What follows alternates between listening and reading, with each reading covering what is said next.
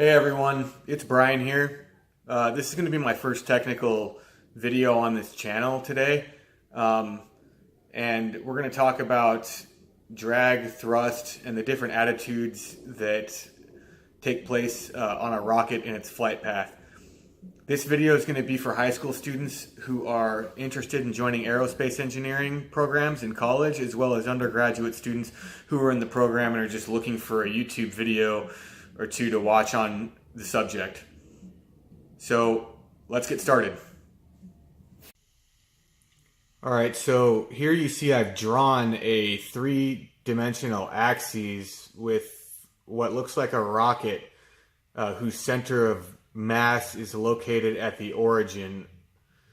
Now, this is a way that we can describe the rocket's attitude in flight, which will determine the direction that it is flying. So as you can see, we have thrust and drag, which are opposites of each other. We have the roll, which is the rotation about the x-axis, the pitch, which is the rotation about the y-axis, and the yaw, that is a rotation about the z-axis. Now, there's not too much going on here. The roll is simply what it sounds like. Basically, tilting the rocket left or right if you're sitting in the cockpit facing forward. The pitch is going to basically determine the up and down direction of the nose of the rocket. And then the z-axis, which is representative of the yaw, is going to determine how left or right the nose of the rocket goes. And as most of you probably know from basic physics classes, that the thrust is opposite of the drag, and how the rocket is oriented on this axis, you can see that the thrust is the change in the x direction, and the drag is just the opposite, which is the negative change in the x direction. Okay, so by now you're probably wondering how we control the attitude of a rocket in flight.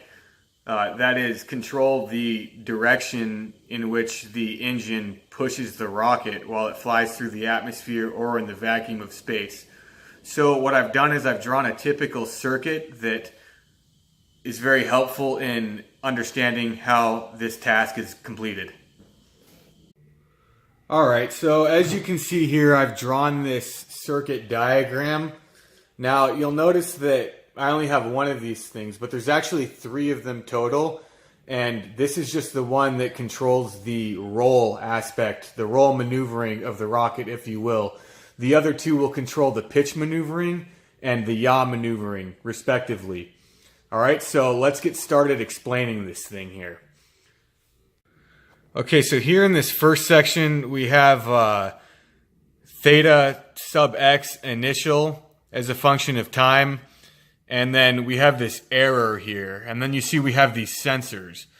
So basically what's happening here is this theta x initial is going to represent the angle of the planned rocket path. And that's going to be used as a reference point to which the sensor data can compare and make flight corrections. Now, you also have the sum of the sensor and system noise, which is going to happen in any given circuit. You're going to have noise, so they want to correct for that. These rockets are expensive, so it's very important that they do all the corrections that they can with the computer. Now, this control computer is what's going to control all the information and feed it back into the sensor data dynamics, and this cycle is going to repeat. You'll also notice command inputs can be input into the control computer. So this comes into play like when a pilot controls the joystick and manually adjusts the attitude of the rocket. Now, that all makes sense that this happens before the thrust generation. You don't want to start thrusting in the wrong direction, so you want to make sure you've you've made all your adjustments before you start thrusting again. But then that's not all the adjustments you have to account for, because now you have perturbation, which is like atmospheric conditions, such as turbulence and pressure changes, things like that. Now these other two, pitch and yaw control, the impact of changing these is going to change the roll that you've calculated already. So changing any one of these three is going to change the other two. And that's why it's important to be continually adjusting the attitude during the rocket's entire flight path. And so this makes up the rocket dynamics in general, which gives us the angle that we need to be going in with the rocket to maintain its flight path. Now again, it's very important to understand that this is only one of the attitudes. We have three of them, and so you're also going to have the same diagram for theta y and theta z. And so that's important to think about. But this is the typical circuit that will control the attitude of the rocket.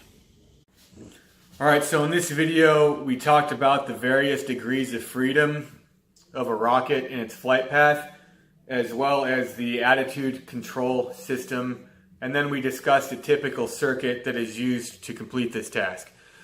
If you liked the video, be sure to click and subscribe and leave any comments or questions below, and I'd be happy to answer them. I'll see you guys next time.